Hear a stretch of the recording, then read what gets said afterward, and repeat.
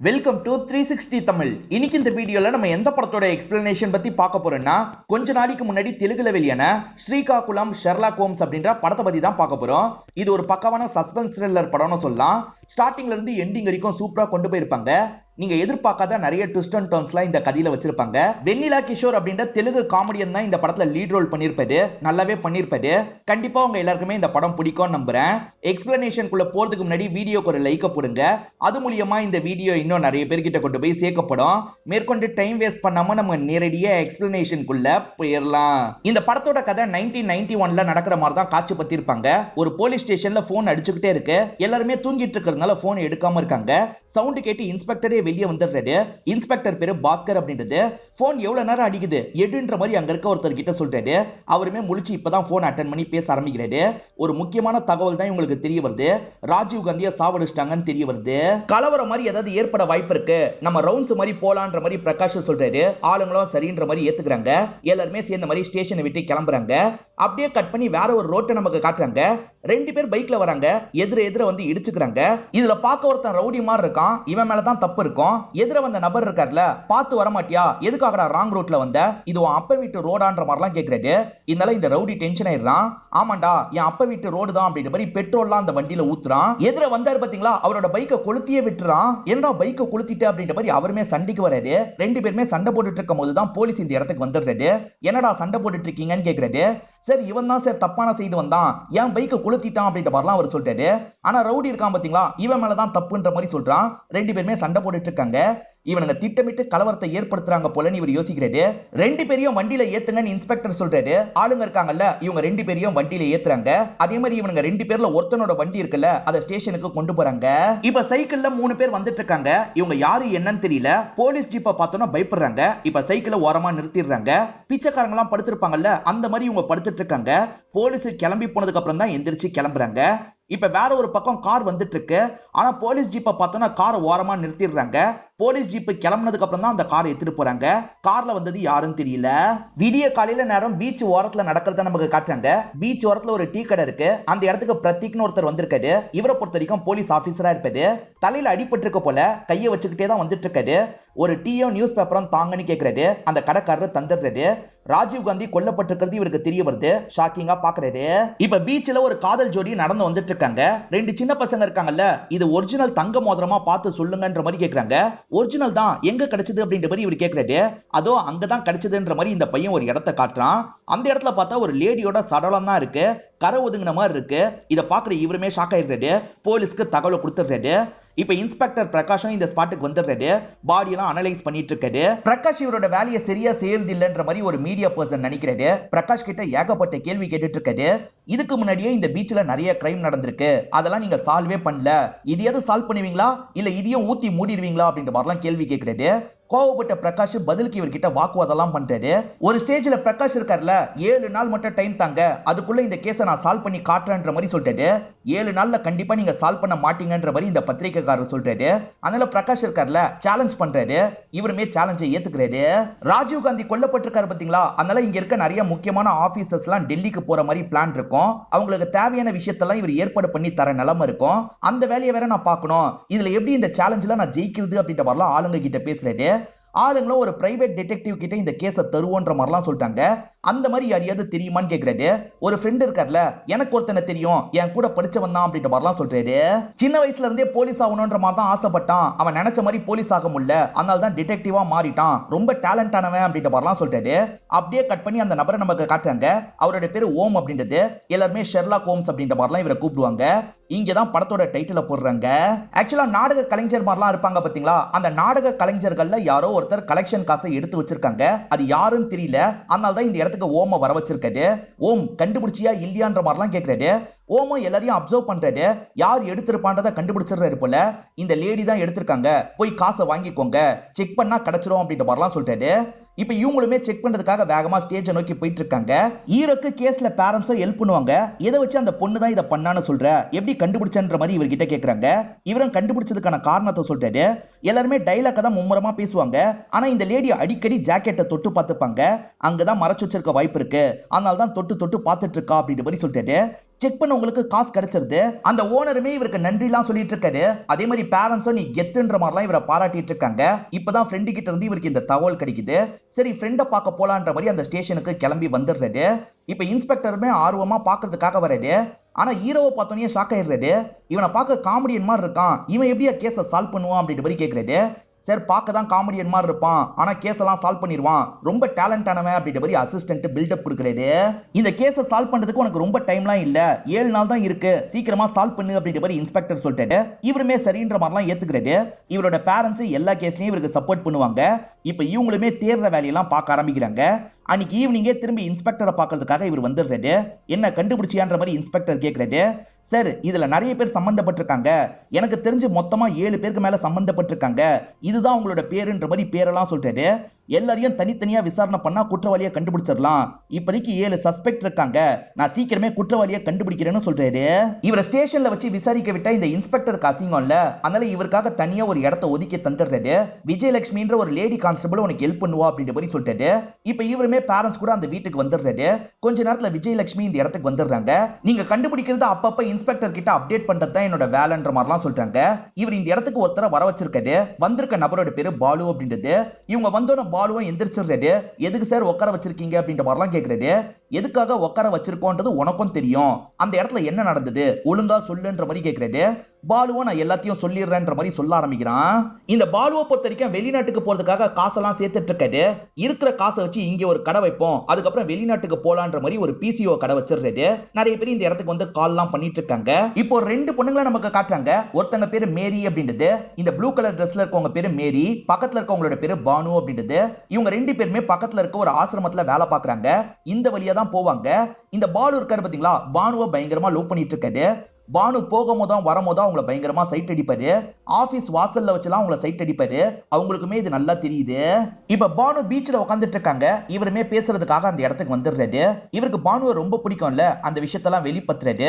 பானுக்கும் இவரை பிடிச்சிருக்கு போல, அவங்களுமே ஏத்துக்கிறாங்க. இது மூலியமா கொஞ்சம் கொஞ்சமா பேசி பழகலாம் ஆரம்பிக்கிறாங்க. இவர் கடை வச்சிருக்காருல, அந்த இடத்துல பானு போன் பேசுறதுக்காக வராங்க. போன் பேசிட்டு இருக்கும் போது இவரும் பார்த்து பார்த்து சிரிக்கிறாரு. அவங்களுமே பதிலுக்கு சிரிக்கிறாங்க. அப்பதான் ஜான்சின்னு ஒரு அக்கா இந்த இடத்துக்கு வந்திருக்காங்க. இவர் வார்த்தைக்கு வார்த்தை அக்கா அக்கான்னு தான் கூப்பிடுறாரு. இவர் பானுவை லவ் பண்ணிட்டு இருக்கிறது அவங்களுக்குமே நல்லா தெரியுது. பானுவோட ஃப்ரெண்டு வெளியே தான் உட்காந்து இருக்காங்க. இவங்க அந்த மேரி கிட்ட உட்காந்து பேசிட்டு இருக்காங்க. பேசி முடிச்ச பானு இருக்காங்கல்ல, நான் ஹீரோ கூட போயிட்டு வரேன், நீ இங்கே இருன்ற மாதிரிலாம் ஃப்ரெண்டு கிட்ட சொல்லிட்டு கிளம்புறாங்க. பானுவோட அண்ணன் ரொம்ப ஸ்ட்ரிக்டான டைப்பா இருப்பாரு. எப்ப பாரு என்ன திட்டிக்கிட்டே இருப்பான். நாளைக்கு தான் என்னோட பர்த்டே, என் அம்மா அப்பா இருந்த வரைக்கும் பர்த்டேவெல்லாம் நாங்க செலிப்ரேட் பண்ணுவோம், அதுக்கப்புறம் செலிப்ரேட்டே பண்றது இல்ல அப்படின்ற மாதிரி ரொம்ப சோகமா பேசிட்டு இருக்காங்க. ஏன் இவ்வளவு ஃபீல் பண்றீங்க, கண்டிப்பா நாளைக்கு பர்த்டேவை செலிப்ரேட் பண்ணலாம் அப்படின்ற மாதிரி இவர் சொல்லிட்டு இருக்காரு. கேட்கறதுக்கு சந்தோஷமா இருக்குன்ற மாதிரி பானு சொல்றாங்க. சரி டைம் ஆயிடுச்சு, என்ன விட்டுரு அப்படின்ற மாதிரி சொல்றாங்க. இவருமே விடுறதுக்காக கூட்டு போறாரு. போற வழியில பானுவோட அண்ணன் இதை பார்த்துடுறாரு. அண்ணன் பார்த்துட்டாரு, சீக்கிரமா போன்ற மாதிரி சொல்றாங்க. அதே மாதிரி இவங்க முகத்தை மறைக்க ஆரம்பிக்கிறாங்க. அண்ணனும் பார்த்து டென்ஷன் ஆயிடுறாரு. இவங்களை ஃபாலோ பண்ணும் அப்படின்ற மாதிரி ஃபாலோ பண்ணி பின்னாடியே வந்துட்டு இருக்காரு. இப்ப போன் பூத் இருக்கிற இடத்துக்கு வந்துடுறாங்க. அண்ணன் பார்த்துட்டாரு, வா கிளம்பலான்ற மாதிரி மேரியை இங்கிருந்து கூட்டு போறாங்க. மேற்கொண்டு நடந்த விஷயத்த பாலு சொல்றாரு. அவங்க பர்த்டேவை செலிப்ரேட் பண்ணணும்னு ஆசைப்பட்டாங்கல்ல, அதை பத்தி எல்லாம் இவர் ஜான்சி கிட்ட சொல்லிட்டு இருக்காரு. ஜான்சியும் நான் உனக்கு ஹெல்ப் பண்றேன் அப்படின்ற மாதிரி சொல்லிட்டாங்க. அதாவது ஆசிரமத்துல ஒரு வேலைன்ற மாதிரி 2 பேரையும் வர வைக்கலாம், வீட்டுக்கு கால் பண்ணி நம்மளே பேசலாம் அப்படின்ற மாதிரி சொல்றாங்க. இவரும் சரின்ற மாதிரி ஏத்துக்கிறாரு. இந்த ஜான்சி இருக்காங்கல்ல, பானு கிட்ட கால் பண்ணி சொல்லிடுறாங்க. அதே சமயம் மேரி கிட்ட சொல்லிடுறாங்க, நீ வீட்டுக்கு போய் கூப்பிடு, அப்பதான் அனுப்புவாங்கன்ற மாதிரி சொல்லிடுறாங்க. மேரியும் சரின்ற மாதிரிலாம் ஏத்திருப்பா. இந்த மாதிரி அண்ணனை ஏமாத்திட்டு இவங்க வெளியே வந்துடுறாங்க. ஆக மொத்தம் 4 பேருமே சேர்ந்த மாதிரி தான் பீச்சில் பர்த்டே பார்ட்டியை கொண்டாடுறதுக்காக போறாங்க. 12 மணிக்கு தான் பர்த்டேவை கொண்டாடுவாங்கல்ல, அதனால தான் லேட் நைட் இந்த இடத்துக்கு வந்திருக்காங்க. இப்ப பர்த்டேவெல்லாம் கொண்டாடிட்டு இருக்காங்க. இவங்க 2 பேர் தனியா பேசிக்கிட்டோம், நம்ம கொஞ்சம் தள்ளி போலான்ற மாதிரி ஜான்சி சொல்றாங்க. மேரியும் சரின்ற மாதிரி ஏத்துக்கிறா. இதனால இவங்க 2 பேர் கொஞ்சம் தள்ளி போயிடுறாங்க. அவங்க 2 பேர் மட்டும் காருக்குள்ள உட்காந்து பேசிட்டு இருக்காங்க. ஒரு ஸ்டேஜ்ல இவருமே கிஸ் பண்றதுக்காக நெருங்கி வந்துட்டு இருக்காரு. அப்பன்னு பார்த்து பிரதீக்னு ஒரு போலீஸ் ஆபீசர் இந்த இடத்துக்கு வந்துடுறாரு. காருக்குள்ள என்ன பண்ணிட்டு இருக்கீங்க, வெளியே வாங்கன்னு சொல்லிட்டாரு. என் லவ்வரோட பர்த்டே சார், செலிப்ரேட் பண்றதுக்காக தான் வந்தன்ற மாதிரி இவர் சொல்லிட்டாரு. உங்களை பார்த்தா பர்த்டேவை செலிப்ரேட் பண்ற மாதிரி தெரியலையே, வேற எதுக்கோ வந்த மாதிரி தெரியுது அப்படின்ற மாதிரிலாம் பிரதீக் பேசுறாரு. ஒரு ஸ்டேஜ்ல பிரதீக் இருக்கார்ல, இந்த பாலுவை அடிச்சு கீழே தள்ளிடுறாரு. அதே சமயம் இங்க இருக்க அவங்க கிட்ட தப்பா நடந்துக்க ட்ரை பண்றாரு. இதெல்லாம் நடந்துட்டு இருக்கும் போது கத்துற மாதிரி சவுண்ட் கேக்குது. ஜான்சி கத்துறாங்கன்ற மாதிரி இவங்க எல்லாருமே அந்த இடத்துக்கு ஓடி வந்துட்டு இருக்காங்க. அந்த இடத்துல பார்த்தா மேரி கொல்லப்பட்டிருக்காங்க. மேரியை கொன்னது யாருன்னு தெரியல. ஜான்சி கிட்ட என்னாச்சுன்னு கேக்குறாங்க. நான் ரெஸ்ட் ரூம்காக கொஞ்சம் தள்ளி போனேன், திரும்பி வந்து பார்க்கும் போதுதான் யாரோ கொலை பண்ணிருக்காங்க அப்படின்ற மாதிரிலாம் ஜான்சி சொல்றாங்க. பிரதீக் இருக்கார்ல, இவங்க 3 பேர் தான் கொலை பண்ணிருக்காங்கன்னு நினைக்கிறாரு. நான் உடனே மேல் இடத்துக்கு தகவல் கொடுக்க போறேன்ற மாதிரி சொல்லிட்டாரு. சார் நாங்க பண்ணலன்ற மாதிரிலாம் இவங்க சொல்றாங்க. அதெல்லாம் நான் கேட்கறதுக்கு தயாரா இல்ல, நான் இன்ஃபார்ம் பண்ண போறேன்ற மாதிரி இங்க இருந்து நடக்க ஆரம்பிக்கிறாரு. ஆனா இவங்க என்ன யோசிக்கிறாங்கன்னா, பிரதீக் தான் இந்த கொலையை பண்ணிருக்காரு, நம்மள மாட்டி விடுறதுக்காக இப்பெல்லாம் பிளான் போட்டிருக்காரு, நம்ம எப்படியாவது பாடியை தூக்கி போட்டு போயிடணும்ன்ற மாதிரி யோசிக்கிறாங்க. கடல் ஓரத்துல பாடியை தூக்கி போட்டுட்டு போலான்ற மாதிரி முடிவு எடுக்கிறாங்க. இவங்க 3 பேருமே வேகமா கார் எடுத்துட்டு கிளம்புறாங்க. எதிரதான் போலீஸ் ஜீப் வருது. அதனால இவங்களுமே ஓரமா காரை நிறுத்திடுறாங்க. அந்த போலீஸ் ஜீப் கிராஸ் பண்ணி போனதுக்கு அப்புறம் இவங்க கார் எடுத்துட்டு கிளம்புறாங்க. இததான் படத்தோட ஸ்டார்டிங்கே நமக்கு காமிச்சிருப்பாங்க. நீ தான் எந்த ஒரு தப்பும் பண்ணல, மறுநாள் போலீஸ் ஸ்டேஷனுக்கு போக வேண்டியதானே ஹீரோ கேக்குறாரு. பாலு இருக்கார்ல, சார் நான் வெளிநாட்டுக்கு போகணும்னு நினைக்கிறேன், ஏதாவது பிரச்சனை ஏற்பட்டதான் வெளிநாட்டுக்கு போக முடியாது, அதனால தான் இந்த விஷயத்த சொல்லல அப்படின்ற மாதிரிலாம் சொல்றான். இப்ப 2வது நாள் நடக்கிறத நமக்கு காட்டுறாங்க. போஸ்ட்மார்ட்டம் ரிப்போர்ட்லாம் அந்த டைம் சீக்கிரமா வராது, கொஞ்சம் லேட் ஆகும். போஸ்ட்மார்ட்டம் ரிப்போர்ட் வரதுக்குள்ள கண்டுபிடியும் அப்படின்ற மாதிரிலாம் இன்ஸ்பெக்டர் சொல்லிட்டாரு. கவலைப்படாதீங்க சார், எவ்வளவு வேகமா முடிக்க முடியுமோ அவ்வளவு வேகமா ட்ரை பண்றேன் அப்படின்ற மாதிரி சொல்லிட்டாரு. இப்ப 2வது அந்த பானு கிட்ட பேசணும்னு நினைக்கிறாரு. பானுவை இந்த இடத்துக்கு வர வச்சிருந்தாரு. என்ன நடந்தது தெளிவா சொல்லு அப்படின்ற மாதிரி கேட்கிறாரு. இவங்களுமே ஸ்டார்டிங்ல இருந்து நடந்த விஷயத்த சொல்ல ஆரம்பிக்கிறாங்க. பானுவோட பேரண்ட்ஸ் 10 வருஷத்துக்கு முன்னாடி இறந்து போயிருப்பாங்க. அந்த டைம்ல தான் அண்ணனுக்கும் கல்யாணம் ஆயிருக்கும். அண்ணி வந்ததுல இருந்து அண்ணன் ரொம்ப மாறி இருப்பாரு. 2 பேருமே எப்ப பாரு இவங்களை திட்டிக்கிட்டே இருப்பாங்க. அதே மாதிரி அண்ணன் எப்ப பாரு சந்தேகப்படுற மாதிரி பேசிக்கிட்டே இருப்பாரு. எவன் கூடயோ நீ சுத்திட்டு இருக்கன்றது எனக்கு தெரியும், நான் மட்டும் கண்டுபிடிச்சேன்னு வச்சுக்கோ, அவன் கதையும் முடிப்பான், உன் கதையும் முடிப்பன்ற மாதிரிலாம் கோவமா பேசுறாரு. இவங்களுக்கு மேரின்னு ஒரு ஃப்ரெண்ட் இருக்காங்கல்ல, அவங்க தான் கூட்டு போறதுக்காக வீட்டுக்கு வருவாங்க போல. அண்ணன் இந்த மாதிரி திட்டிட்டு இருக்கிறதெல்லாம் மேரி கவனிக்கிறாங்க. உன் அண்ணன் சும்மாவே கோவப்படுறாரு, நீ லவ் பண்றன்னு தெரிஞ்சா என்ன ஆகும், நீ கொஞ்சம் பார்த்து உசாரா இருன்ற மாதிரிலாம் சொல்றாங்க.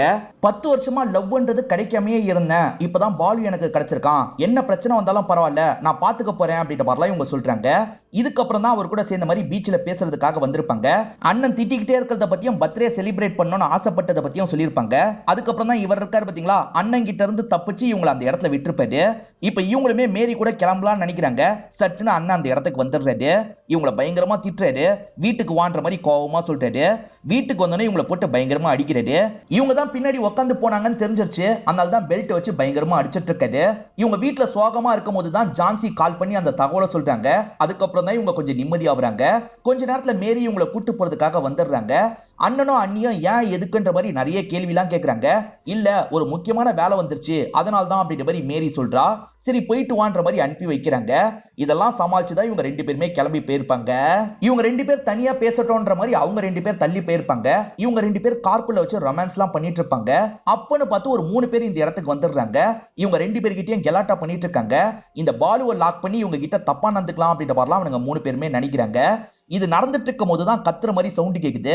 என்ன பொண்ணு கத்துற சவுண்ட் கேக்குதுன்ற மாதிரி தான் இவங்க எல்லாருமே சேர்ந்த மாதிரி அந்த இடத்துக்கு வந்திருப்பாங்க. அந்த இடத்துல பார்த்தா மேரி கொல்லப்பட்டிருக்காங்க. இதை பாக்குற அந்த 3 பேருமே ஷாக் ஆயிடுறாங்க. இதுக்கப்புறம் இங்க இருக்க வேணாம், கிளம்பிடலாம் அப்படின்ற மாதிரிலாம் வேகமா இங்க இருந்து கிளம்புறாங்க. பானுவும் ஃப்ரெண்ட்ஸும் என்ன நினைக்கிறாங்கன்னா, அந்த 3 பேர் தான் இந்த கொலையை பண்ணிருக்காங்க, நம்ம பாடியை எங்கேயாவது டிஸ்போஸ் பண்ணிட்டு தப்பிச்சிடலாம் அப்படின்ற மாதிரி தான் தண்ணிக்குள்ள போட்டுட்டு இங்க இருந்து கிளம்ப ஆரம்பிச்சிருப்பாங்க. உங்க ஃப்ரெண்டு கொல்லப்பட்டிருக்காங்க, போலீஸ் கிட்ட சொல்ல வேண்டியதுன்னு அப்படின்ற மாதிரிலாம் ஹீரோ கேட்கிறாரு. சொல்லாம இருந்ததுக்கான காரணத்தை இவங்க சொல்றாங்க. அண்ணனுக்கு இந்த விஷயம் தெரிய வந்தா பெரிய பிரச்சனை ஆயிடும்ன்ற மாதிரி பயந்துருப்பாங்க. அதே சமயம் இந்த பாலு இருக்கார்ல, வேணாம் அதுக்கப்புறம் எனக்கு விசா பாஸ்போர்ட்டே கிடைக்காதுன்ற மாதிரிலாம் சொல்லியிருப்பாரு. இதனால தான் சொல்லல அப்படின்ற மாதிரிலாம் இவங்க சொல்றாங்க. இப்ப ஹீரோக்கு ஒரு பெரிய கன்ஃபியூஷன் வந்துருது. அது என்னன்னு பாத்தீங்கன்னா, பாலு கிட்ட கேட்கும் போது பிரதீக் வந்து டிஸ்டர்ப் பண்ணதா சொல்லியிருப்பாரு. ஆனா இவங்க கிட்ட கேட்கும் போது 3 பேர் வந்து டிஸ்டர்ப் பண்ணதா சொல்லியிருப்பாங்க. 2 பேருமே எப்படி வேற வேற மாதிரி சொல்றாங்க அப்படின்ற மாதிரிலாம் பயங்கரமா யோசிக்கிறாரு. அப்படியே கட் பண்ணி இன்ஸ்பெக்டர் இருக்கிற இடத்த நமக்கு காட்டுறாங்க. அந்த மீடியா நபர் இந்த இடத்துல பிரச்சனை பண்றதுக்காக வந்துடுறாரு. 3 நாளுக்கு மேல ஆயிடுச்சு, கண்டுபிடிச்சிட்டீங்களான்ற மாதிரி கேட்கிறாரு. அதான் 7 நாள்ல கண்டுபிடிக்கிறேன்னு சொன்னல, மேற்கொண்டு பிரச்சனை பண்ணாம கிளம்புங்கன்ற மாதிரி பிரகாஷும் இங்க இருந்து அனுப்பி விடுறாரு. இப்ப பிரகாஷ் உடனே விஜயலட்சுமிக்கு கால் பண்ணி பேசுறாரு. அவன் இப்போ வரைக்கும் ஏதாவது கண்டுபிடிச்சானா, ரொம்ப டைம் இல்ல, சீக்கிரமா கண்டுபிடிக்க சொல்லுன்னு சொல்றாரு. இவங்களுமே இந்த விஷயத்தெல்லாம் ஹீரோ கிட்ட சொல்லிட்டு இருக்காங்க. சீக்கிரமா கண்டுபிடிச்சிடுறேன்ற மாதிரி ஹீரோ சொல்றாரு. இப்ப 3வது கேரக்டரான ஜான்சியை நமக்கு காட்டுறாங்க. ஜான்சியை இவரோட இடத்துக்கு வர வச்சிடுறாரு. இப்ப ஜான்சியும் உட்காந்து நடந்த விஷயத்த சொல்றதுக்காக வராங்க. நீ சொல்றதுக்கு முன்னாடி உன்னை பத்தி நான் சொல்லிடுறேன் அப்படின்ற மாதிரி இவர் சொல்ல ஆரம்பிக்கிறாரு. ஆக்சுவலா ஜான்சி 2 வருஷத்துக்கு முன்னாடி வேற ஸ்டேட்ல தான் இருந்திருப்பாங்க. இவங்களுக்கு கல்யாணம் ஆயிருக்கும். ஆனா ஹஸ்பண்ட சீட் பண்ணி மாட்டிருப்பாங்க. ஹஸ்பண்ட் இவங்களை வீட்டை விட்டே துரத்தி விட்டுருப்பாரு. ஒரு ஆண் கூட ஒன்னா இருந்து நீ மாட்டல, ஒரு பெண் கூட ஒன்னா இருந்து தான் மாட்டின, நான் சொல்றது கரெக்டான்ற மாதிரி ஹீரோ கேட்கிறாரு. ஜான்சியும் ஆமான்ற மாதிரி ஏத்துக்கிறாங்க. அதாவது 91லயே லெஸ்பியன் ரிலேஷன்ஷிப்பை பத்தி சொல்ல வராங்க.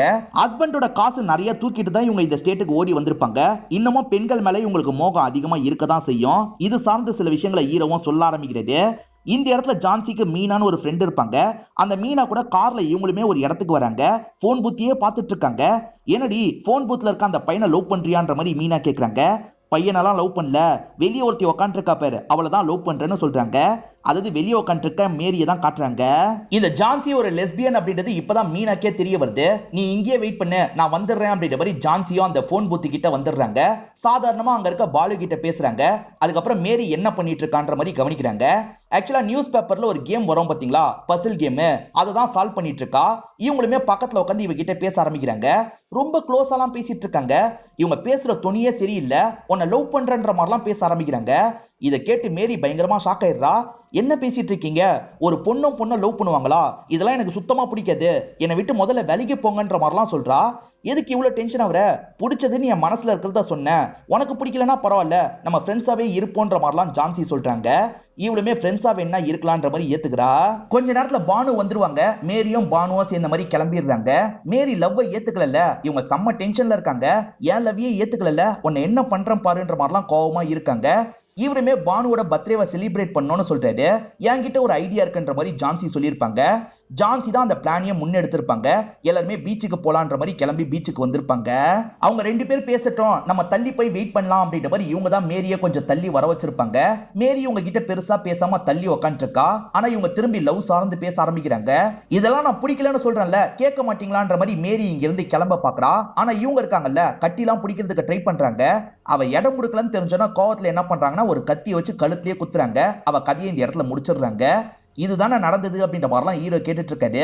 ஹீரோ எப்படி இதெல்லாம் கண்டுபிடிச்சிருப்பாருன்னா மீனா கிட்ட விசாரிச்சிருப்பாரு. அது மூலியமா தான் இந்த மாதிரிலாம் கண்டுபிடிச்சு சொல்லிட்டு இருக்காரு. இப்ப ஜான்சி இருக்காங்கல்ல, நீங்க சொன்னதுல பாதி உண்மை, ஆனா மீதி உண்மை கிடையாதுன்ற மாதிரி மேற்கொண்டு நடந்த விஷயத்தை இவங்க சொல்ல ஆரம்பிக்கிறாங்க. இவங்க லவ் சொன்னதெல்லாம் உண்மைதான், அவ ஏத்திருக்க மாட்டா, அதை மீறியும் கட்டிப்பிடிக்கிறதுக்காக போயிருப்பாங்க. அவ ஒரு பொருளை வச்சு இவங்க மண்டையிலேயே அடிச்சிருவா. இவங்களும் மயங்கி விழுந்து கிடப்பாங்க. கொஞ்ச நேரம் கழிச்சு கண் முழிச்சு பார்க்கும்போது மேரி கொல்லப்பட்டிருப்பா. நான் சத்தியமா கொல்ல, வேற யாரோ தான் நான் மயங்கின கேப்ல கொன்னுட்டாங்க அப்படின்ற மாதிரிலாம் இவ சொல்லிட்டு இருக்கா. ஆனா ஹீரோ இருக்கார்ல, நீ தான் கொலை பண்ணிருக்க, உன் கூட இருக்க 2 பேரையும் வேற யாரோ கொன்ன மாதிரி மேனிபுலேட் பண்ணிருக்க, போலீஸ் கிட்ட எல்லாம் போக வேணான்ற மாதிரி அவங்களை ஏமாத்தி இருக்க, அதனால தான் அவங்களும் போலீஸ்க்கு போக வேணான்ற மாதிரி முடிவெடுத்திருக்காங்க, எல்லாத்துக்கும் காரணம் நீ தான் அப்படின்ற மாதிரிலாம் சொல்லிட்டு இருக்காரு. அப்பதான் விஜயலட்சுமி போஸ்ட்மார்ட்டம் ரிப்போர்ட் வந்துருச்சுன்னு சொல்றாங்க. இவ தான் குற்றவாளி, இதுக்கப்புறம் போஸ்ட்மார்ட்டம் ரிப்போர்ட்லாம் தேவையில்லைன்னு சொல்றாரு. இல்ல சார், இவ குற்றவாளியா இருக்க வாய்ப்பு இல்லைன்னு விஜயலட்சுமி சொல்றாங்க. இப்பதான் போஸ்ட்மார்ட்டம் ரிப்போர்ட்டை படிச்சு காட்டுறாங்க. கத்தியால கழுத்துல குத்தி தானே சாவடிச்சிருக்காங்க. அப்படி கத்தியால குத்துனவன் கண்டிப்பா 6 அடிக்கு மேல இருப்பான். பின்னாடி இருந்து கத்தியால குத்தி இருக்கான்ற மாதிரி தான் ரிப்போர்ட் வந்திருக்கும். சோ கொன்னது கண்டிப்பா ஆணா இருக்க தான் வாய்ப்பு இருக்குன்ற மாதிரி தான் விஜயலட்சுமி சொல்றாங்க. அப்ப இவ இல்ல, அப்ப ஆண்கள் 5 பேர் தான் இருக்காங்க, அந்த 5 பேர்ல யாரோ ஒருத்தர் தான் கொலை பண்ணிருக்காங்களா அப்படின்ற மாதிரிலாம் பயங்கரமா யோசிக்கிறாரு. இப்ப வாசல்ல உட்காந்து இவருமே பேரண்ட்ஸ் கிட்ட டிஸ்கஸ் பண்ணிட்டு இருக்காரு. அப்ப பில்டிங்க்கு வெளியே இருந்து ஒருத்தர் மாஸ்க் போட்டு இவங்களையே கவனிச்சிட்டு இருக்கான். இவன் ரொம்ப வாட்டி கவனிக்கிறத ஹீரோ நோட் பண்ணிருப்பாரு. இந்த வாட்டி விடக்கூடாதுன்ற மாதிரி சட்டுன்னு ஓடி வந்து அவனை பிடிக்க பாக்குறாரு. ஆனா அவன் இருக்கான் பாத்தீங்களா, ஹீரோவை தள்ளி விட்டு ஓடுறான். அவன் மாஸ்க் மட்டும் கையோட வந்துருது. இவன் யாருன்றத கண்டுபிடிக்கணும் அப்படின்ற மாதிரி ஹீரோவும் யோசிக்கிறாரு. பிரதீகை பொறுத்த வரைக்கும் போலீஸ் ஆபீசர்ல இவர் நேரடியா கூப்பிட முடியாது. அதனால இன்ஸ்பெக்டர் மூலியமா தான் பிரதீகை இந்த இடத்துக்கு வர வைக்கிறது. இப்ப பிரதீக்கும் என்ன விஷயம்ன்ற மாதிரிலாம் கேட்கறது. ஒரு மர்டர் கேஸ் விஷயமா உங்ககிட்ட விசாரிக்கணும் அப்படின்ற மாதிரி இவர் சொல்றாரு. பிரதீக் லவ்னாலே பயங்கரமா கோவப்படுவாரு. இவரை பத்தி விசாரிக்கும் போது அது தெரிய வந்திருக்கும். ஏன் லவ்னாலே இவ்வளவு கோவப்படுறீங்க அப்படின்ற மாதிரி ஹீரோ கேட்கிறாரு. பிரதீக்கும் அதுக்கான காரணத்தை சொல்றாரு. பிரதீக்கும் ஒய்ஃபுக்கும் கல்யாணம் ஆகி ரொம்ப வருஷம் குழந்தை இல்லாம இருந்திருப்பாங்க. அதுக்கப்புறம் ஒரு குழந்தைய தத்தெடுத்து ரொம்ப ஆசையா வளர்த்திருப்பாங்க. அந்த பொண்ணுக்கு ஒரு 16-17 வயசு இருக்கும் போது ஒரு பையனை நம்பி ஓடி போயிருப்பா. இவங்களெல்லாம் விட்டுட்டு ஓடி போயிருப்பா. இதனால்தான் இவருக்கு லவ்னா சுத்தமா பிடிக்காது. அவ்வளவு ஆசையா வளர்த்த பொண்ணு நம்மளை விட்டுட்டு போயிட்டாலேன்ற மாதிரி அம்மா ரொம்ப ஷாக் ஆயிருப்பாங்க. கை கால்லாம் விழுந்த மாதிரி படுத்துட்டு இருப்பாங்க. இவர் தான் கூட இருந்து ஒய்ஃபை நல்லபடியா பார்த்துப்பாரு. லவ்வர்ஸ் எங்க இருந்தாலும் அதை பார்க்கும் போது இவர் டென்ஷன் ஆயிடுவாரு. இவர் பொண்ணு பண்ணதான் இவருக்கு ஞாபகம். லவ் கிவன் சுத்தினீங்கன்னா அவ்வளவுதான் போங்கன்ற மாதிரிலாம் எல்லாரையும் பயங்கரமா திட்டுவாரு. இந்த மாதிரி திட்டு வாங்குற சிலர் இருக்காங்கல்ல, மேல் இடத்துல இதெல்லாம் சொல்லிடுவாங்க. மேல் இடத்துல இருக்கவங்களாம் லவ் பண்ணா என்னையா உனக்கு பிரச்சனை, ஏன் இப்படி பண்ணிட்டு இருக்க அப்படின்ற மாதிரி அடிக்கடி இவருக்கு வார்னிங்லாம் தருவாங்க. எவ்வளவு வார்னிங் கொடுத்தாலும் சரி எனக்கு கோவம் வரும்ன்ற மாதிரிலாம் இவர் சொல்றாரு. அவர் என்ன அடிச்சு போட்டுட்டு பானு கிட்ட மிஸ்பிஹேவ் பண்ணதா பாலு சொன்னாரு பாத்தீங்களா, உண்மையில பாலுவை இவர் அடிச்சிருப்பாரு, ஆனா இவங்க கிட்ட மிஸ்பிஹேவ் எல்லாம் பண்ணிருக்க மாட்டாரு, பேச மட்டும் தான் செஞ்சிருப்பாரு. அப்பன்னு பார்த்துதான் ஜான்சி கத்துற மாதிரி சவுண்ட் கேட்டிருக்கோம். இவருமே என்ன ஏதுன்னு பாக்குறதுக்காக வந்திருப்பாரு. கொலை நடந்திருக்குன்னு தெரிஞ்சோன்னா மேல் இடத்துல ரிப்போர்ட் பண்ணோன்ற மாதிரி நடக்க ஆரம்பிச்சிருப்பாரு. அப்பன்னு பார்த்து பின்னாடி இருந்து யாரோ கட்டிய வச்சு அடிச்சிருப்பாங்க. இவர் அந்த இடத்துலயே மயங்கி விழுந்திருப்பாரு. விடிகிற டைம்ல தான் இவர் எந்திரிச்சு நடந்திருப்பாரு. டீ கடையில டீ குடிச்சேன், அதுக்கப்புறம் வீட்டுக்கு கிளம்பிட்டேன் அப்படின்ற மாதிரிலாம் இவர் சொல்றாரு. இவர் தலையில கைய வச்சுக்கிட்டே டீ கடைக்கு வந்த மாதிரி காமிச்சாங்கல்ல, அதுக்கு இதுதான் காரணமா இருக்கும். இப்ப ஹீரோ இருக்காருல்ல, இந்த 3 பேரையும் வர வச்சிடுறாரு. இவனுங்க 3 பேருமே இதுல சம்பந்தப்பட்டிருக்காங்கல்ல, அதனால தான் இவனுங்க 3 பேரை வர வச்சிடுறாரு. உங்களை பத்தி சொல்லுங்க, நீங்க ஒரு கிரைம் பண்ணிருக்கீங்க, அதனால தான் உட்கார வச்சிருக்கேன், அந்த கிரைமை ஒத்துக்கோங்கன்ற மாதிரிலாம் கேக்குறாரு. இவங்க 3 பேருமே மீன் பிடிக்கிற வேலை தான் பார்த்துட்டு இருக்காங்க. மீதி டைம் என்ன பண்ணுவாங்கன்னா சீட்டு கட்டு விளையாடுவாங்க. 3 பேருமே சேர்ந்து சரக்கெல்லாம் அடிப்பாங்க. இதை தாண்டி நைட்டு நேரம் லவ்வர்ஸ் எல்லாம் ஒதுங்கி இருப்பாங்கல்ல, அவங்க கிட்ட போய் கெலாட்டா பண்ணுவாங்க. அந்த மாதிரி ஒரு லவ் ஜோடி கிட்ட இவங்க கெலாட்டா பண்றாங்க. அந்த பையனை அடிச்சு போட்டுறாங்க. பொண்ணு கிட்ட தப்பா நடந்துக்கணும் அப்படின்ற மாதிரி தப்பாலாம் நடந்திருப்பாங்க. இதுதான் நாங்க பண்ண தப்பு அப்படின்ற மாதிரிலாம் இவங்க சொல்லிட்டு இருக்காங்க. அடப்பாவி, நான் ஒரு கிரைமை பத்தி கேட்டா நீங்க ஒரு கிரைமை பத்தி சொல்றீங்களே, அவங்க 2 பேரும் என்னடா பண்ணீங்கன்ற மாதிரிலாம் கேக்குறாரு. சார் எதுவுமே பண்ணல சார், போக விட்டுட்டோம் அப்படின்ற மாதிரிலாம் இவங்க 3 பேருமே சொல்லிட்டு இருக்காங்க. இந்த கேஸ் அப்புறமா பாத்துக்கிறேன், கார்ல 4 பேர் வந்தாங்கல்ல, இந்த நாள் என்ன பண்ணீங்க அதை சொல்லுங்கன்னு கேக்குறாரு. இவங்களுமே பண்ண விஷயத்த சொல்றாங்க. இவங்க 3 பேர் வரும்போது கார்ல யாருமே இருந்திருக்க மாட்டாங்க. ஏதாவது பொருள் கிடைக்குமான்ற மாதிரி தான் இவங்க தேடி பார்த்துட்டு இருக்காங்க. அப்பதான் ஜான்சி கத்துற சவுண்ட் கேக்குது. இவங்களுமே அந்த ஸ்பாட்டுக்கு வராங்க. பாடி இருக்கிறத பார்த்தோன்னா ஷாக் ஆயிடுவாங்க. ஏற்கனவே கார்ல இருக்க கொஞ்சம் பொருளை இவங்க திருடி இருப்பாங்க. சைலண்டா இங்க இருந்து கிளம்பிடலான்ற மாதிரி இவங்க 3 பேருமே கிளம்பி இருப்பாங்க. இவங்க 3 பேருமே சைக்கிள்ல தான் வந்துட்டு இருப்பாங்க. அப்படி வந்துட்டு இருக்கும் போது எதிர போலீஸ் ஜீப் வரும். இவங்க திருட வேலை செஞ்சிருக்காங்கல்ல, மாட்டிடக்கூடாதுன்ற மாதிரி ஒளிஞ்சிருப்பாங்க. அதுக்கப்புறம் கிளம்பி இருப்பாங்க. இவனுங்க சொல்றதை வச்சு பார்த்தா இவனுங்களும் கொலை பண்ணலன்னு தெரிய வருது. ஏறக்குறைய இந்த விசாரணையில 6 நாள் ஓடி போயிருது. இன்ஸ்பெக்டர் நேரடியா இந்த இடத்துக்கு வந்துடுறாரு. நீ எப்பதான் கேஸை சால்வ் பண்ணுவ, உன் மேல இருக்க நம்பிக்கையே எனக்கு போயிருச்சு, நானே என்ன பண்ணுமோ பண்ணிக்கிறேன், நீ இதுக்கப்புறம் இங்க இருக்க தேவையில்ல, கிளம்புன்ற மாதிரி சொல்றாரு. ப்ளீஸ் சார் கொஞ்சம் டைம் தாங்க அப்படின்ற மாதிரிலாம் ஹீரோ கேட்கிறாரு. இதுக்கு மேல டைம்லாம் தர முடியாது, முதல்ல இங்க இருந்து கிளம்பு அப்படின்ற மாதிரிலாம் திட்டி இங்க இருந்து அனுப்பி விடுறாரு. ஹீரோவும் சோகமா மலையில நனைஞ்ச மாதிரியே இந்த வாசல்ல வெயிட் பண்ணிட்டு இருக்காரு. இதை கவனிச்சிட்டு இருக்க விஜயலட்சுமி இருக்காங்கல்ல, அவர் தான் அவ்வளவு திட்டுறாருல, நீங்க எதுக்கு போகாம இருக்கீங்க, அப்படி என்ன இந்த கேஸ் உங்களுக்கு முக்கியம்ன்ற மாதிரிலாம் கேக்குறாங்க. ஆமாங்க, இந்த கேஸ் எனக்கு முக்கியம் தான், ஏன்னா இந்த கேஸை சால்வ் பண்ணாதான் வேற ஒரு கேஸை என்னால சால்வ் பண்ண முடியும்னு சொல்றாரு. என்ன சொல்றீங்கன்ற மாதிரி விஜயலட்சுமி புரியாம கேக்குறாங்க. இவருமே காரணத்தை சொல்றாரு. இவருக்கு போலீஸ் ஆகணும்னு ஆசை வந்ததுக்கே பேரண்ட்ஸ் தான் காரணமா இருப்பாங்க. ஏன்னா பையனை போலீஸ் ஆக்கி பார்க்கணும்ன்ற மாதிரிலாம் ரொம்ப ஆசைப்பட்டு இருப்பாங்க. கவலைப்படாதீங்க, நான் கண்டிப்பா போலீஸ் ஆகுவேன்ற மாதிரிலாம் இவர் சொல்லியிருப்பாரு. பேரண்ட்ஸ் இருக்காங்கல்ல, கஷ்டப்பட்டு நிறைய காசெல்லாம் சேர்ப்பாங்க, பையனுக்காக செலவு பண்ணுவாங்க. அதே மாதிரி பையனை ரொம்ப நல்லபடியா பார்த்துப்பாங்க. பையன் எப்படியாவது எக்ஸாம்ல பாஸ் பண்ணணும்ன்ற மாதிரிலாம் நினைக்கிறாங்க. இவரும் இவரோட ஃப்ரெண்டும் சேர்ந்து தான் ட்ரை பண்ணிட்டு இருக்காங்க. இவர் இன்ஸ்பெக்டருக்கான எக்ஸாம் எழுதுவாரு, ஃப்ரெண்டு கான்ஸ்டபிளுக்கான எக்ஸாம் எழுதியிருப்பாரு. ஃப்ரெண்டு பாஸ் ஆயிடுவாரு, ஆனா இவர் ஃபெயில் ஆயிடுவாரு. இதை உடனே பேரண்ட்ஸ் கிட்ட சொல்ல வேணாம், கொஞ்ச நாள் கழிச்சு சொல்லலான்னு வெயிட் பண்றாரு. அப்ப அந்த கான்ஸ்டபிள் ஃப்ரெண்ட் இருக்கார்ல, மச்சான் பீச்சுக்கு வந்து பாரு அப்படின்ற மாதிரி சொல்லிட்டாரு. என்ன ஏதுன்னு தெரியாம இவருமே வேகமா பீச்சுக்கு பாக்குறதுக்காக வராரு. பீச்ல இவரோட அப்பா அம்மா தான் இறந்து போயிருக்காங்க. இத பாக்குற இவருமே பயங்கரமா ஃபீல் பண்ணிட்டாரு. ஃபீல் பண்ணாத, நாங்க எப்பவுமே உன் கூடியே தான் இருப்போன்ற மாதிரி பேரண்ட்ஸ் கண்ணுக்கு தெரியுறாங்க. அப்பத்துல இருந்து தான் இவரோட கண்ணுக்கு பேரண்ட்ஸ் தெரியுவாங்க. இவர் மட்டும் தான் பேரண்ட்ஸ் கிட்ட பேசுற மாதிரி இவ்வளவு நேரம் நமக்கு காமிச்சிருப்பாங்க. இவரோட பேரண்ட்ஸ் தற்கொலை தான் பண்ணிக்கிட்டாங்கன்ற மாதிரி கேஸை முடிச்சிருப்பாங்க. ஆனா கண்டிப்பா அது தற்கொலை கிடையாது, என் பேரண்ட்ஸை யாரோ சாவடிச்சிருக்காங்க. இந்த கேஸ் நடந்த மாதிரி தான் என்னோட பேரண்ட்ஸ் கேஸும் நடந்திருக்கு. இதை சால்வ் பண்ணனா என்னோட பேரண்ட்ஸ் கேஸையும் நான் சால்வ் பண்ணிடுவேன், அதுக்காக தான் இவ்வளவு ட்ரை பண்ணிட்டு இருக்கேன் அப்படின்ற மாதிரிலாம் சொல்லிட்டாரு. இதனால விஜயலட்சுமியும் இறக்கப்படுறாங்க. கவலைப்படாதீங்க, கேஸ் ரிலேட்டடா எந்த ஹெல்ப்னாலும் நான் பண்றேன், இன்ஸ்பெக்டருக்கு தெரியாம நம்ம ட்ரை பண்ணுவோன்ற மாதிரி சொல்லிட்டாங்க. இவருமே ஏத்துக்கிறாரு. அடுத்து 24 மணி நேரம் மட்டும் உங்களுக்கு டைம் இருக்கு பாத்தீங்களா, அந்த 24 மணி நேரம் சில விசாரணை எல்லாம் பண்றாங்க. அது மூலியமா இவர் குற்றவாளியை கண்டுபிடிச்சிடுறாரு போல. இன்ஸ்பெக்டரையும் கமிஷனரையும் பார்க்கணும்ன்ற மாதிரி சொல்லிடுறாரு. இன்ஸ்பெக்டரும் கமிஷனரும் ஹீரோக்காக வெயிட் பண்ணிட்டு இருக்காங்க. இப்பயும் இன்ஸ்பெக்டர் நம்பிக்கை இல்லாத மாதிரி தான் பேசுறாரு. வெயிட் பண்ணு பாப்போன்ற மாதிரி கமிஷனர் சொல்றாரு. அப்பதான் ஹீரோ இருக்கார்ல, இந்த இடத்துல பேசுறதுக்காக வந்துடுறாரு. இது கொஞ்சம் பெரிய கேஸ் சார், அதனால தான் உங்களை வர வச்சேன்ற மாதிரி கமிஷனரை பார்த்து ஹீரோ சொல்லிட்டாரு. இன்ஸ்பெக்டர் இருக்கார்ல, அதெல்லாம் இருக்கட்டும், முதல்ல குற்றவாளி யாருன்னு சொல்லுன்னு கேக்குறாரு. ஹீரோவும் சொல்ல ஆரம்பிக்கிறாரு. ஆக்சுவலா செல்லுல நீங்க குருன்னு ஒருத்தனை வச்சிருந்தீங்கல்ல, அவன் தான் குற்றவாளி அப்படின்ற மாதிரி சொல்லிட்டாரு. பைக்கை எரிச்சதுக்காக ஒருத்தனை செல்ல வச்சிருக்காங்கல்ல, அவன் தான் குற்றவாளி அப்படின்ற மாதிரி ஹீரோ சொல்லிட்டாரு. அவனை பத்தி ஃபுல்லா இவர் கலெக்ட் பண்ணிருப்பாரு. அவன் சின்ன வயசுலயே ரொம்ப வயலண்டா நடந்துப்பான். கூட பழகின ஃப்ரெண்டியா அவன் சாவடிச்சிருப்பான். அதுக்கப்புறம் தான் ரவுடியா மாறி காசுக்காக நிறைய கொலைலாம் பண்ணிருப்பான். அந்த நாள் நைட்டு மேரிய கொலை பண்ணது அவன் தான். மேரிய கொலை பண்ணிட்டு கிளம்பி வந்துட்டு இருக்கும் போதுதான் ஒருத்தனோட பைக்ல இடிச்சிட்டான். நீங்க ரெண்டு பேரையும் லாக் பண்ணி உள்ள வச்சிருந்தீங்க அப்படின்ற மாதிரிலாம் இவர் சொல்லிட்டாரு. ஆக்சுவலா லாக் செய்யப்பட்ட நிலைமையில இருக்க அவன் இருக்கான் பாத்தீங்களா, இந்த இன்ஸ்பெக்டர் கேஸை சால்வ் பண்றதுக்காக ட்ரை பண்றதெல்லாம் கவனிச்சுக்கிட்டே தான் இருப்பான். இவரெல்லாம் சால்வ் பண்ண முடியாதுன்ற மாதிரி சிரிச்சிட்டு இருப்பான். அவனுக்கு கொல்றதுக்கு என்ன மோட்டிவ் அப்படின்ற மாதிரி கமிஷனர் கேட்கிறாரு. சார் கொலை பண்ணவன் தான் இவன், ஆனா கொலை பண்ண சொன்னது வேற ஒருத்தன் அப்படின்ற மாதிரி சொல்லிட்டாரு. யாருன்ற மாதிரி இன்ஸ்பெக்டர் கேட்கிறாரு.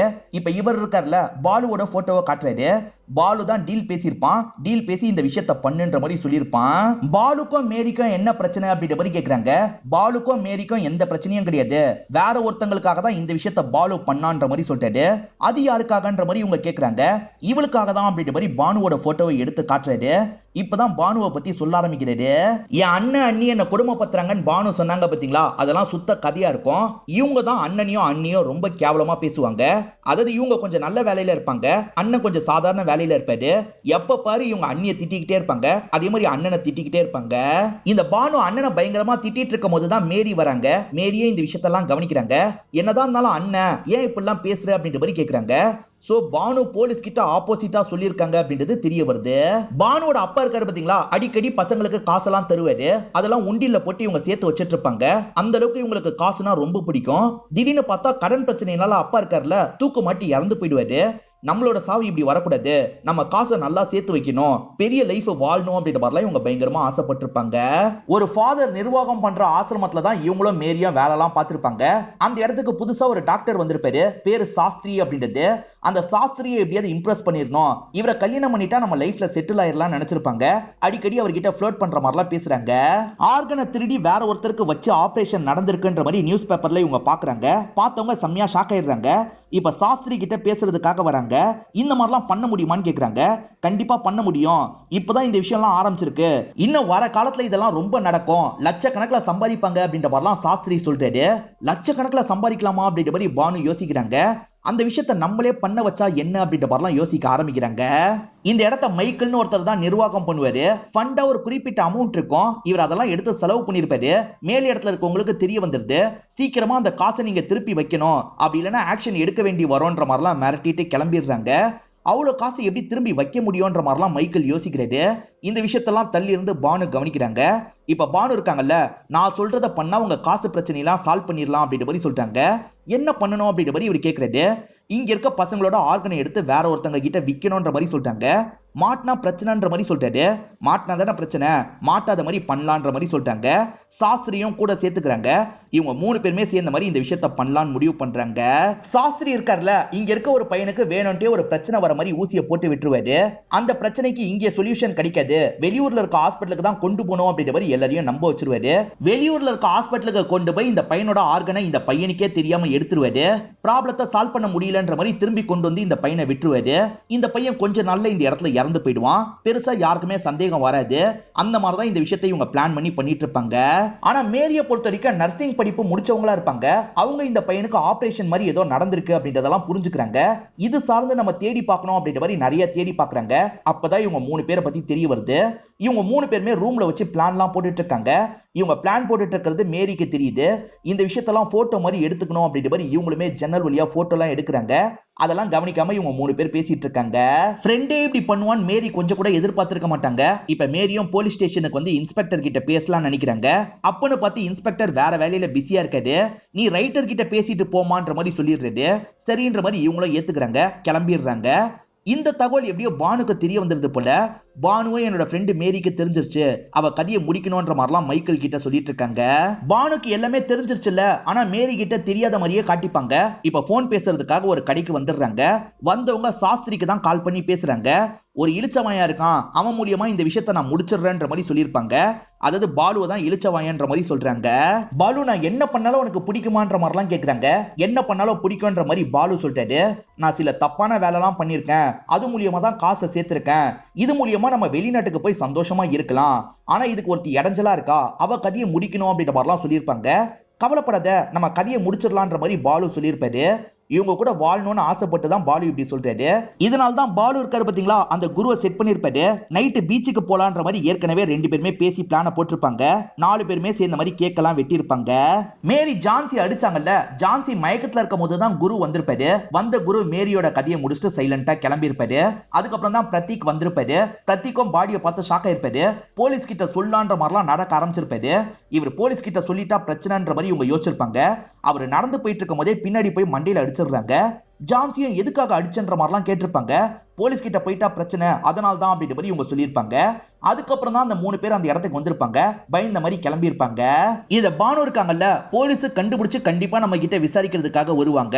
நீ என்ன சொல்லு, பிரதீக் தான் பிரச்சனை பண்ணான்னு சொல்லு, நான் 3 பேருமே சேர்ந்து பிரச்சனை பண்ணாங்கன்னு சொல்றேன். அப்பதான் போலீஸ் கன்ஃபியூஸ் ஆவாங்க.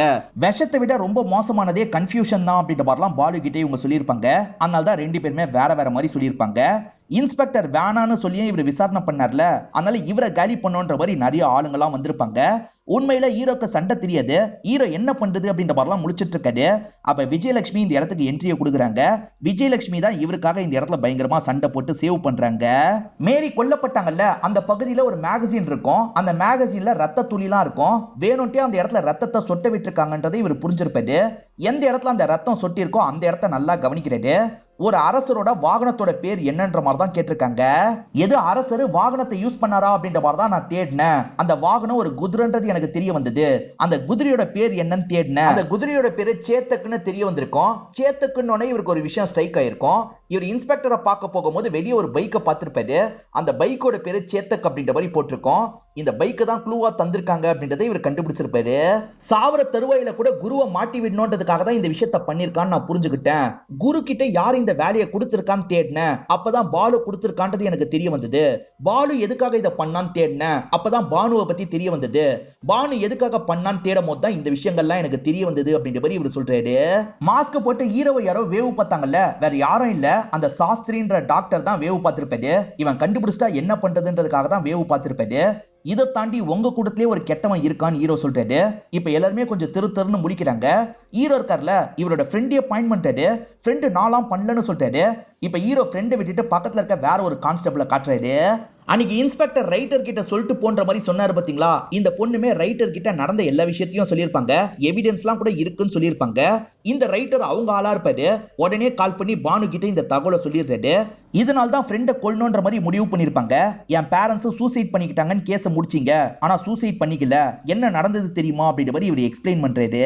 ஹீரோவோட பேரண்ட்ஸ் 2 பேருமே அந்த ஆசிரமத்துல வேலை பார்க்கறவங்களா இருப்பாங்க. ஆக்சுவலா ஹஸ்பண்ட் கொஞ்சம் அப்செட்டா இருக்காரு. என்னங்க ஆச்சு, ஏன் அப்செட்டா இருக்கீங்கன்னு ஒய்ஃப் கேக்குறாங்க. அந்த ஃபாதர் போன்ல பேசின ஒரு விஷயத்தை நான் கேட்டுட்டேன். ஃபாதர் தப்பு பண்ணிட்டு இருக்காரு அப்படின்ற மாதிரிலாம் ஒய்ஃபு கிட்டே இவர் சொல்லிட்டு இருக்காரு. போலீஸை பார்த்து கம்ப்ளைண்ட் கொடுக்கணும்ன்ற மாதிரி இவங்க யோசிக்கிறாங்க. இவங்க இந்த மாதிரி பேசிட்டு இருக்கிறதெல்லாம் தள்ளி இருந்து இந்த பானு கவனிச்சிடுறாங்க. ஃபாதர், எத்தனை வாட்டி கதவை சாத்தி பேச சொல்லியிருக்கேன், எதுக்காக நீங்க கதவை திறந்து வச்சுட்டே பேசுனீங்க? இந்த விஷயத்த வேலை பார்க்குற 2 பேர் கேட்டுட்டாங்க. கவலைப்படாதீங்க, நான் பாத்துக்கிறேன்ற மாதிரி சொல்லிட்டாங்க. இவங்க இருக்காங்கல்ல, அழுத மாதிரி உட்காந்துட்டு இருக்காங்க. ஹீரோவோட பேரண்ட்ஸும் என்னாச்சு ஏதாச்சு அப்படின்ற மாதிரிலாம் இந்த பொண்ணு கிட்ட பேசுறதுக்காக வராங்க.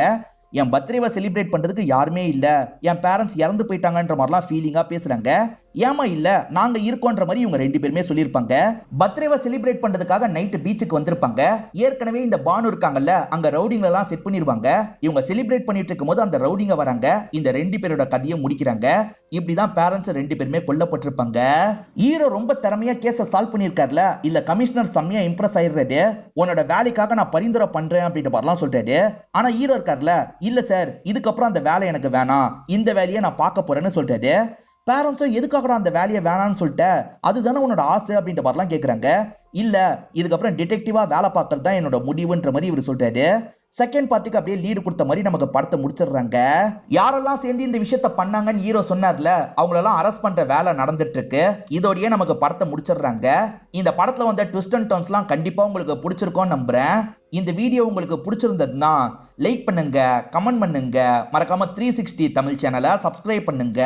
தொடர்ச்சியா இந்த மாதிரி வீடியோக்கள் வந்துகிட்டே தான் இருக்கும்.